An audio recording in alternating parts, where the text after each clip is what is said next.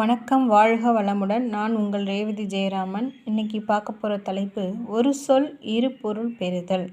அதாவது ஒரே சொல்லே இரு பொருளில் வரும். அந்த பொருளை தான் நம்ம பார்க்க போகிறோம். தொடரின் பொருளை எடுத்து எழுதுக. எடுத்துக்காட்டு: வாரத்தின் 5ஆம் நாள் வெள்ளி. உலோகங்களில் ஒன்று வெள்ளி. வாரத்தின் 5ஆம் நாள் வெள்ளின்றது நாள் குறிக்கிறது. உலோகங்களில் ஒன்று வெள்ளின்றது உலோகத்தோட பெயரை குறிக்கிறது.